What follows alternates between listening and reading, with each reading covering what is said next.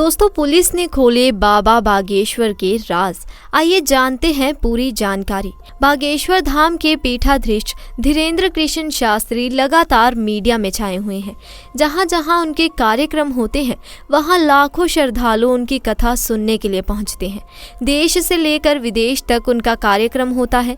देश भर में अब बागेश्वर धाम की चर्चा हो रही है। मीडिया में भी यही नाम छाया हुआ है। बागेश्वर धाम के धीरेन्द्र शास्त्री के चमत्कारों के बारे में लोग जानना चाह रहे हैं। आज हम इसी पर बात करेंगे कि क्या और कैसा है बागेश्वर धाम, आखिर क्यों यहाँ के बाबा इतने पॉपुलर हुए हैं। बागेश्वर धाम मंदिर की विशेषता ये है कि यहाँ आए भक्तों की मनोकामना पूरी होती है और समस्याओं का समाधान होता है। मान्यता है कि बालाजी महाराज और सन्यासी बाबा की कृपा से सब सिद्ध हो जाता है। बागेश्वर धाम में धीरेन्द्र शास्त्री से पहले उनके दादाजी भगवान दास गर्ग दरबार लगाया करते थे। धीरेन्द्र शास्त्री ने दादाजी की शरण में अपना बचपन व्यतीत किया और दादाजी के साथ ही धार्मिक गतिविधियों से जुड़ गए। साथ ही साथ वे दरबार भी लगाने लगे और जन कल्याण के लिए काम करने लगे। इसी तरह से धीरेन्द्र शास्त्री को सिद्धि प्राप्त हुई। इनके दरबार में जो कोई भी जाता है ये उसकी मन की बात पहले ही जान लेते हैं। हम बात कर रहे हैं यहाँ पर श्री बालाजी बागेश्वर महाराज की, जिनकी चर्चा केवल देश में ही नहीं बल्कि विदेशों तक फैली हुई है। भारत के अलावा भी इन्होंने विदेशों में अपना दरबार सजाया हुआ है। बागेश्वर बाबा जो अपने कड़क अंदाज में बोलना शुरू करते हैं तो भक्त अपने आप ही आस्था में लीन हो जाते हैं। कुछ लोग रोना पीटना भी शुरू कर देते हैं। लेकिन इन सब चीज़ों के पीछे सच्चाई क्या है और क्यों लोग बाबा के सामने आते ही सब कुछ भूल जाते हैं? क्या सच में बागेश्वर धाम के पास दिव्य शक्तियाँ हैं या फिर इनका असली चेहरा कुछ और ही है? पुलिस ने सारी बातें जनता के सामने लाकर खड़ी कर दी हैं। ऐसे में इतने कम समय में बागेश्वर बाबा ने इतनी ज़्यादा प्रसिद्धि कैसे हासिल करी और इनकी शक्तियों की क्या सच्चाई है? क्या वाकई में इनके अंदर शक्तियाँ हैं या ये सब कुछ पाखंड है? आइए जानते हैं। दोस्तों, आपको बता दें, बागेश्वर धाम सरकार का असली नाम धीरेन्द्र कृष्ण शास्त्री है। इनका जन्म छतरपुर के छोटे से गांव गढ़ा में हुआ था। इनका जन्म बहुत ही गरीब ब्राह्मण परिवार में हुआ था। लेकिन गरीबी के आलम में अपना बचपन गुजारने के बावजूद आज धीरेन्द्र कृष्ण स्वामी बड़े बड़े अरबपतियों को भी अपने दरबार में झुकाने की शक्ति रखते हैं। कहा जाता है कि धीरेन्द्र कृष्ण स्वामी हनुमान जी के परम भक्त हैं और 12 साल की छोटी सी से ही इन्होंने बालाजी यानी कि हनुमान जी की सेवा शुरू कर दी थी। इनका पूरा ध्यान भगवान की सेवा में ही लगा रहता था और सालों तक किसी तरह तपस्या करने के बाद धीरेन्द्र कृष्ण स्वामी को कुछ ऐसी शक्तियां प्राप्त हुई जिसकी मदद से आज ये सामने मौजूद व्यक्ति के बिना बताए ही उनकी परेशानियां समझ जाते हैं और उसे पर्चे में लिख देते हैं। बागेश्वर बाबा ये तक समझ जाते हैं कि आप सच कह रहे हैं या नहीं। इनके द्वारा लिखा एक एक शब्द 100% सत्य होता है, जिसका सबसे बड़ा प्रमाण ये है कि आज तक कोई भी ने झूठा साबित नहीं कर पाया। दरअसल पिछले साल गुरुदेव इंग्लैंड गए थे श्री हनुमान जी कथा के लिए। वहां पर एक नवविवाहित जोड़े ने अर्जी लगाई थी।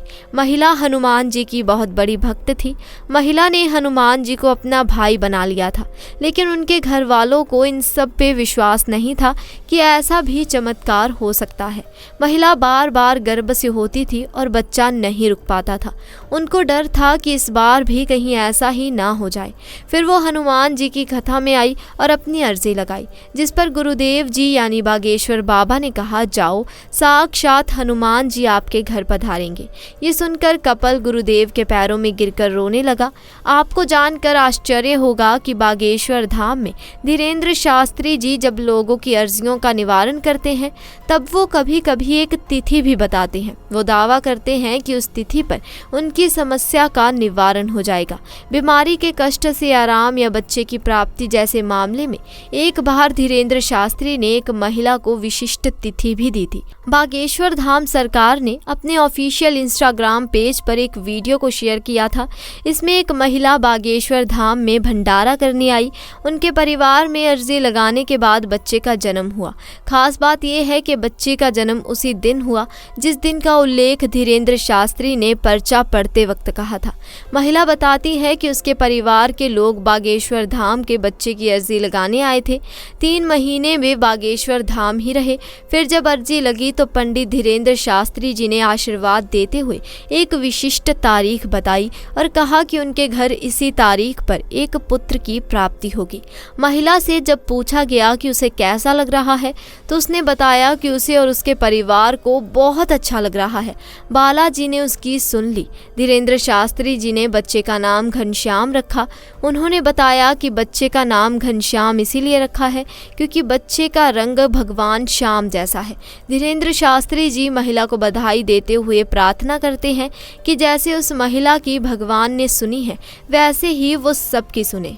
अब ऐसे में दोस्तों इनके दरबार में आया हुआ भक्त सच्चे मन से आया हो ये ज़रूरी नहीं, क्योंकि कुछ लोग अपनी बुरी नीयत को पूरा करने के लिए भगवान की शरण चुन लेते हैं और जब इनके दरबार में ऐसा कोई इंसान आता है तो ये दूर से ही उसे पहचान कर उसके मन की गंदगी को लोगों के सामने साफ जाहिर करते हैं तो कि कोई भी ईश्वर के दरबार में बुरी नीयत के साथ ना आए।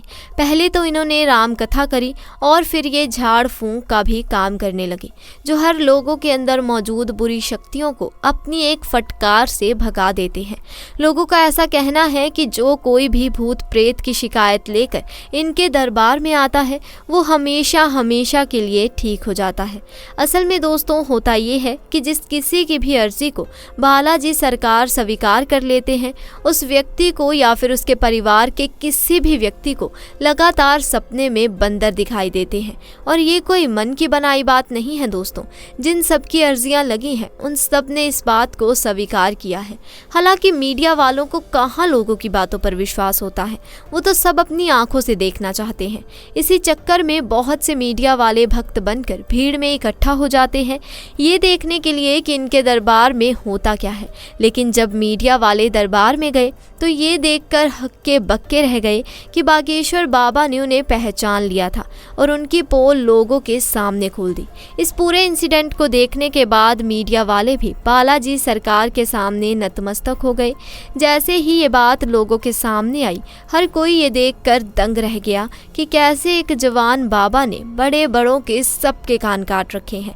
धीरेंद्र कृष्ण शास्त्री कहते हैं कि उन्होंने बालाजी महाराज की मदद से अब तक लाखों की जिंदगी संवारी है। बागेश्वर धाम सरकार की कृपा अपरंपार है, तभी तो जो कोई भी इनके दरबार में जाता है वो कभी भी खाली हाथ नहीं लौट।